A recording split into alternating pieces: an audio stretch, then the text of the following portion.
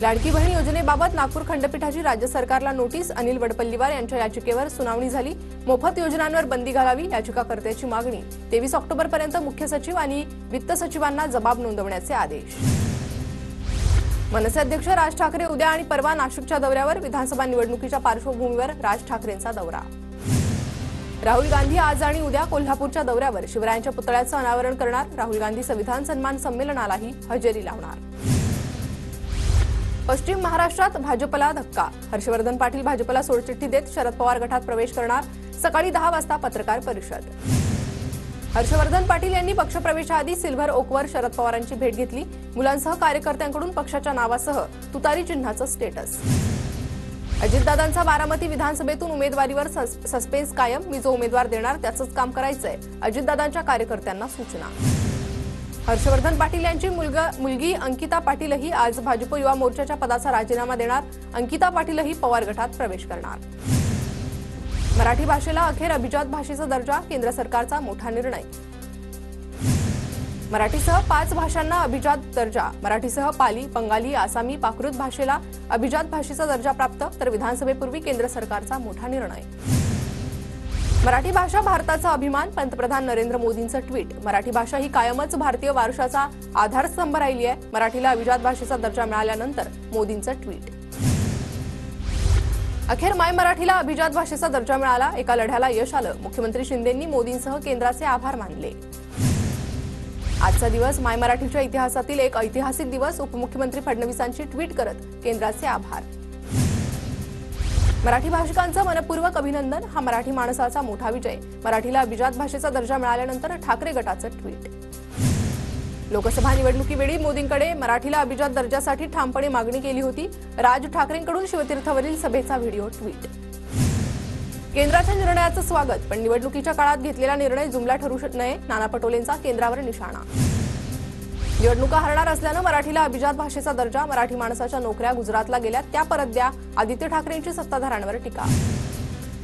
मला अजूनही खात्री, हर्षवर्धन पाटील पक्ष सोडून जाणार नाहीत। फडणवीसांसोबत नाराजी नाही, तर त्यांचा मतदारसंघाचा विषय आहे। गिरीश महाजनांची हर्षवर्धन पाटलांवर प्रतिक्रिया। विधानसभा निवडणुकीसाठी ठाकरे गटाकडून नवं मशाल गीत। शहांच्या वक्तव्याचा फडशा दसरा मेळाव्याला पाडेल। मशाल गीत लॉन्चवेळी ठाकरेंचं विधान। मुख्यमंत्रीपदाचं नाव जाहीर करण्यासाठी ठाकरे गल्लोगल्ली फिरतायत। त्यांची परिस्थिती आता केविलवाणी। मुख्यमंत्रीपदावरून एकनाथ शिंदेंची ठाकरेंवर टीका। विरोधकांचं प्लॅनिंग जनता हाणून पाडेल। जनता त्यांना उत्तर देईल, मला उत्तर देण्याची गरज नाही। मुख्यमंत्री शिंदेंची विरोधकांवर टीका। विधानसभा निवडणुकांसाठी आचारसंहितेची घोषणा आणखी लांबणार। आचारसंहिता आणि निवडणुकीची घोषणा दसऱ्यानंतर होणार, सूत्रांची माहिती। पंतप्रधान मोदींचा उद्या ठाणे दौरा। मोदींच्या दौऱ्याच्या पार्श्वभूमीवर मुख्यमंत्र्यांकडून सभास्थळाची पाहणी। मोदींच्या हस्ते विविध विकास कामांचं उद्घाटन आणि भूमिपूजन होणार। माजी आमदार राजेंद्र देशमुखांचा भाजपला रामराम। राजेंद्र देशमुखांकडून शरद पवार गटात प्रवेश केल्याचं जाहीर। शरद पवारांची भेट घेतल्यानंतर देशमुखांची भाजपला सोडचिठ्ठी। काँग्रेस नेते जयश्री पाटील यांनी शरद पवारांची भेट घेतली। जयश्री पाटील सांगली विधानसभेसाठी इच्छुक। प्रकाश आंबेडकरांनी वंचित आघाडी बरखास्त करून आरपीआयमध्ये यावं। आंबेडकर अध्यक्ष होणार असतील तर मी अध्यक्षपद सोडायला तयार। रामदास आठवलेंकडून प्रकाश आंबेडकरांना ऑफर।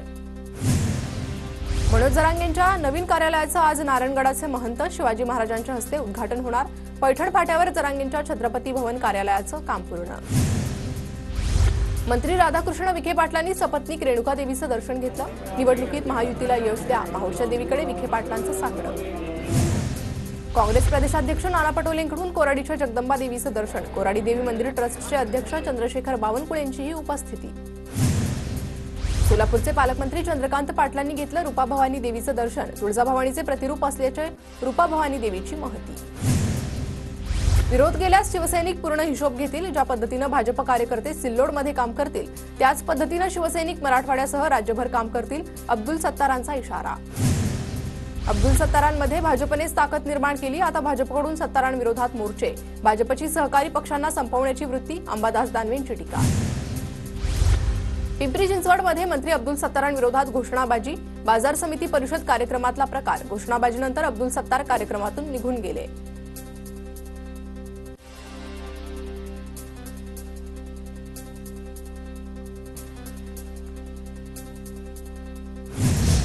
महायुतीचा जागा वाटप संपूर्ण समन्वयाने सुरू, महायुतीत कोणतीही नाराजी नाही, आम्ही 100% जिंकणार, मुख्यमंत्री एकनाथ शिंदेंकडून विश्वास व्यक्त.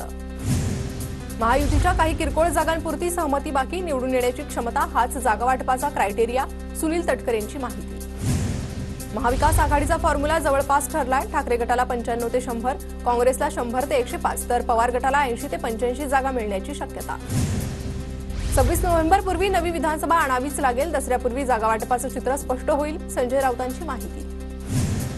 पुणे जिल्ह्यातील 8 जागा देण्याची अजित पवार गटाच्या पदाधिकाऱ्यांची मागणी, जिल्हाध्यक्ष प्रदीप गारटकर यांची माहिती. मला 10 जागा मिळाल्या तर मुस्लिम समाजाला एक जागा आणि मला जर 100 जागा मिळाल्या तर मुस्लिम समाजाला 10 जागा देणार, माझ्या पक्षातून 10% जागा मुस्लिम समाजाला देणार, अजित पवारांची माहिती. रोहिंग्या आणि बांगलादेशींचा महाराष्ट्रामधील कचरा साफ करणार, मंत्री मंगलप्रभात लोढा यांचं वक्तव्य. सोलापुरात शिंदे गटाच्या पदाधिकाऱ्यावर बेकायदेशीर जागा बळकावून जीवे मारण्याची धमकी दिल्याप्रकरणी गुन्हा दाखल, युवा सेनेचा प्रदेश कार्यकारिणी सदस्य सुजित खुर्दसह 5 जण पोलिसांच्या ताब्यात. पुण्याच्या आंबेगाव तालुक्यातील घोडेगावात क्रीडा शिक्षकाकडून विद्यार्थिनीचा विनयभंग, आरोपी विरोधात घोडेगाव पोलीस ठाण्यात गुन्हा दाखल. रत्नागिरीच्या गुहागर तालुक्यातील मासू गावातील ग्रामस्थांचं उपोषण, ग्रामपंचायत बांधण्याच्या मागणीसाठी ग्रामस्थ आक्रमक, गटविकास अधिकाऱ्यांनी उपोषणकर्त्यांची भेट घेतली. धुळे शहरातून दुचाकी चोरणाऱ्या चोरट्याला स्थानिक गुन्हे शाखेकडून अटक, 22 लाख किमतीच्या 33 दुचाकी चोरट्याकडून हस्तगत. भंडारा जिल्ह्यातील तुमसर मोहाडी परिसरात वादळी वाऱ्यासह आलेल्या पावसामुळे महामार्गावर झाड कोसळलं, 3 तास वाहतूक ठप्प, जेसीबीच्या सहाय्यानं मार्ग मोकळा केला.